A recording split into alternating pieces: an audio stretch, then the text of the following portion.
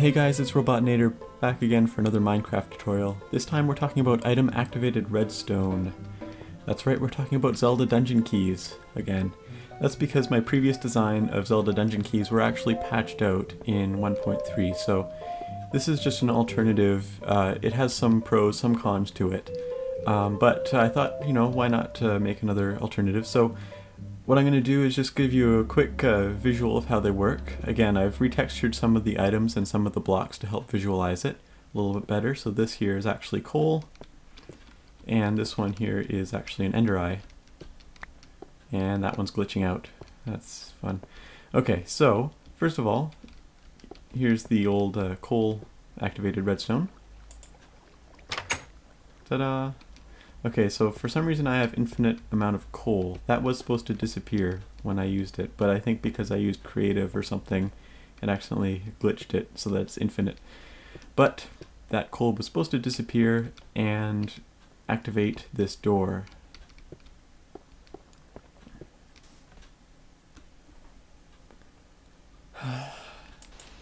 So you think this is just a regular old patch of sand, right?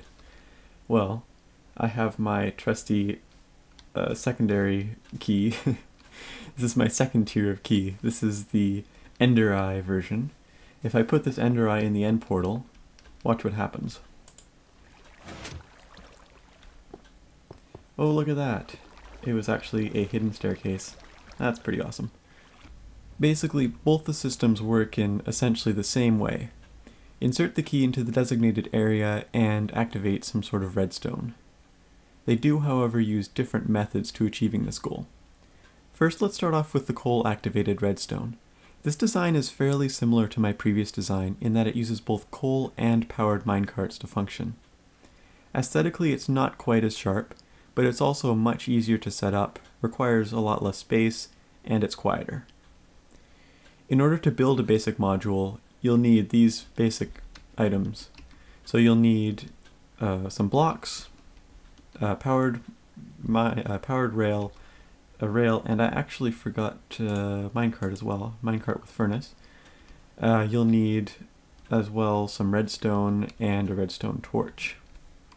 So what you'll want to do is just put 2 blocks right there, some rail there, and this is going to be your power block, your detector block, and then right here is going to be your keyhole. And then you just want to put the furnace right there. So if you'll notice, if I put my mouse in this area here, the outline on the block actually disappears because it's actually selecting the furnace minecart because it's slightly bigger than a block and protrudes. Even though it's not visible, it protrudes from the block. That way, you'll be able to actually activate it with coal even though you can't see it. And when it does become active, it'll activate that line and depower that torch. So let's just see what happens. There you go. You may be asking yourself, why does this need to be inclined? That's because if you just have it flat, with some detector rail, you can actually push this through the block. So when I'm colliding here, I could actually be pushing the minecart over and onto the detector rail. So having it like this, it will always come back to its original position. So you'll still be able to feed coal through this little slot right here. Another thing when you're building this is if you put the minecart down and push it down, often what can happen is this. You'll have a little bit of the minecart actually protruding and it will be visual through the block. So what you need to do is actually place it directly on the block, and it should, oh, not always, but it should make it disappear. There you go. Sometimes you might have to try it a couple of times just to make it work right. The Ender Eye key system actually works off of a bud switch. In this case I just used a water bud switch because it's very simple and it's easy to fit into small places. So I'll quickly show you what I did. First, just pick out the place that you want to put your end portal, and directly below that is where you're going to put your water. So beside it, build a hole that's 1 deep and then place your water down so that the water flows into the hole. Beside the water you want to place another hole that's 2 deep, and that way once this end portal becomes updated, it will also update the water, causing the water to flow down the hole and destroy a redstone torch. And in this case, the redstone torch is just going to power this, so when it becomes destroyed, this will toggle off. And then just use the blocks to decorate around it.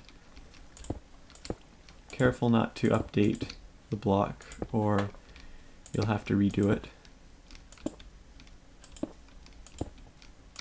Alright, so now it's all set up, and when I put this ender eye into the pedestal, it will cause that torch to go out. Ta-da! One thing to keep in mind when you're using ender eyes as keys, though, in adventure maps, is if the player actually right-clicks with it, the ender eye will actually fly off and try to find a stronghold. Oh, and that one broke. So you can actually lose them permanently. The way to get around that is by actually using a map that doesn't have any strongholds in them. So what you need to do is actually start your map with a basic flatland.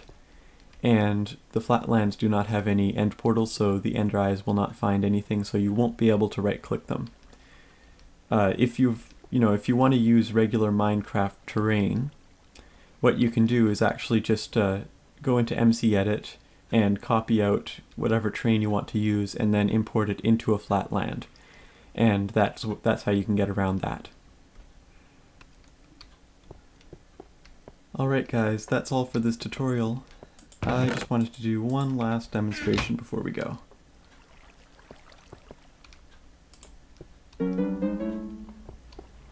And...